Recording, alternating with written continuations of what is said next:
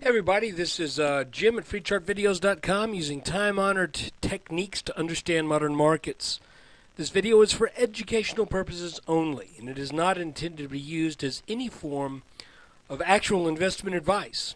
I can draw lines on charts, but you have to draw your own conclusions from your own due diligence and make investment decisions or even investment decisions that are suitable for your financial situation. I'm not a licensed professional, just a guy that draws lines on charts. So let's look at the S&P. Well, there you have it. There's your S&P 500 30-minute chart where we take in this top back here at 1370 along with this slightly descending pattern that accelerated into a descending wedge that has now shown itself to be a bottom of what magnitude is yet to be seen. Clearly getting over this red line, coming back for this back test, a second back test, then breaking this little green line that over these two peaks. Let's zoom in on that just a little bit. Then getting up and bouncing off of this kind of a mustard colored line, and then finally yesterday breaking out over that, and then remember we'd mentioned this little brown line is short-term resistance. Markets opened up easily over that this morning and made it over this purple line, which is drawn over 1, 2, 3 peaks.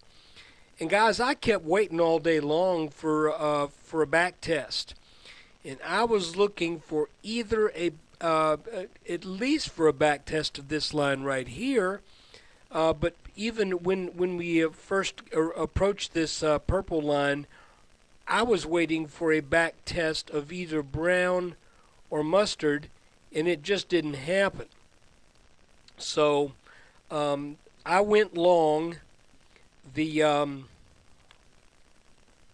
with the 3X S&P fund back right about this level right here, and I sold on tagging that purple line, expecting a back test. And I still think that if I had to do it 9 times out of 10, that was still the right thing to do, because with that roughly 2% move in the market, well, maybe not quite that much. Where did I buy that? Around 1268, and yeah, not quite that much, but I ended up making about 5% on that trade in just a couple of days, which you know, if I could do that every couple of days, I wouldn't even be teaching anyone how to do it. I'd keep it a secret. But anyway, looking for a back test of this purple line, never got it. And I think we will get that back test. We need to get that back test. And if we come back to this line, and it looks like we're firming up, and maybe we draw this line preliminarily as a possible channel line, because you can see how if we make a parallel line and move it to here, you can see how that kind of gets all of this stuff lining up, at least right now. So what I'm thinking about doing is we have gotten back into this blue descending wedge pattern that I thought we had broken out of up here. Now that we're back into this, we could stay here and then potentially take the top out of this and then get up to this orange line for a back test of that broken support line. But I want to remind you, this line, I'm not totally sold on how important it is, because we've only got 2 points over the last 2 years that define this line. That being the 3.9 market bottom, and then the right shoulder of the inverse head and shoulders pattern that formed after the flash crash. So what I'm saying is, if that 3.9 market bottom was just an aberration, just a panic low, just a last last capitulation of longs that just threw the markets into panic for just a few hours. I'm not totally sold that that is a good data point. For a long time, bears were trying to use that 3.9 bottom to start their channels, and those channels kept breaking and they kept going short, but the market kept going up. So I know that 3.9 bottom of 666, at least early on, was not a good starting point. It was leading a lot of people to some wrong conclusions, and I don't want it to lead me or you or anyone else to a wrong conclusion now either. And I think that is a possibility. If we look at this little purple neckline here, and you know the drill where you measure kind of the depth of the bottom. In this case, it would be something. It would not be an inverse head and shoulders. It would be more something along the lines of maybe even a double bottom. So let's split the difference. Let's draw a line starting here and kind of taking it down to about there. Not the full depth here, but a little bit further than that. And if we add that on to here, you can see where it looks like we may be looking at the high 13 teens or 1320 if this pattern has a say in what's going on. If that is the case, and let's pretend like we maybe see that, let me see, today's the 22nd. Let's say we see that at the very end of the day on Friday or early Monday, then that could complete the back test of this orange line. Then we kind of have to be on alert to see if that is going to produce a significant downturn.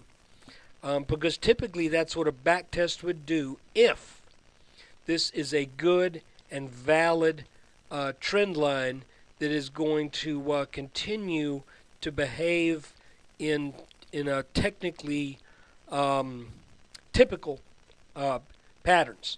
So look, that's the S&P for right now. We got over this line right here. I believe purple should hold, and green looks like this may be a channel. If we get back down to either touch that purple line or tag this green line, I'll go long again. But I will be very careful to stay long if we get up into the low 1300s, because it's just a little iffy still right here. So look, I hope you got something out of this, and I hope you were following the videos that we did for the past couple of days, because we really, I think, did a pretty good job pointing out what looked to be the bottom here. At around 1256 or so, 1258, something like that. So I think we were spot on with what was going on in this pattern and with this rounding pattern right here. Tell you what, we've been talking about how the Dow Transports have been the leader. Let's take a quick look at that chart too. Okay, here's your Dow Transportation Average. And you can see, I had this line drawn here for a while, but you can see how strong the transportation average was today. And this pattern right here that we were just talking about in the S&P that has not reached its goal, if you look at the Dow Transports, it almost has. So again, it appears that the transportation average is a step ahead.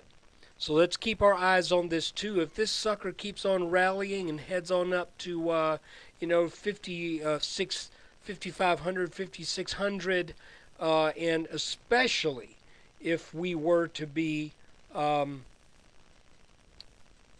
given a breakout over the 55, what is that, 5570, 5580, something like that. Folks, that's an all-time high. in the Dow Transports. Let's go back to a monthly chart. So you can see if we were to get up there and take that out, you tell me that wouldn't be bullish. A lot of people are not expecting that, but I'm saying, and I'm not making that as a call, all I'm saying is if the Dow Transportation Average gets up over this black line to a significant degree and then pulls back, buddy, you better be long this market, and you better not be short. But that's still a ways off, and we've got to keep our eye on it. But since the transports have been leading, that is certainly worth keeping an eye on. Look, appreciate you watching this video. I hope you get something out of these things. If you do, come on over to freechartvideos.com and spend a little time. I need the web traffic so I can keep this free, and I appreciate those of you who do that. So anyway, look for another video tomorrow after the close. This has been the video for June 21st, the first day of summer, the summer solstice, the longest day of the year. So look, thanks for watching. There'll be another one tomorrow.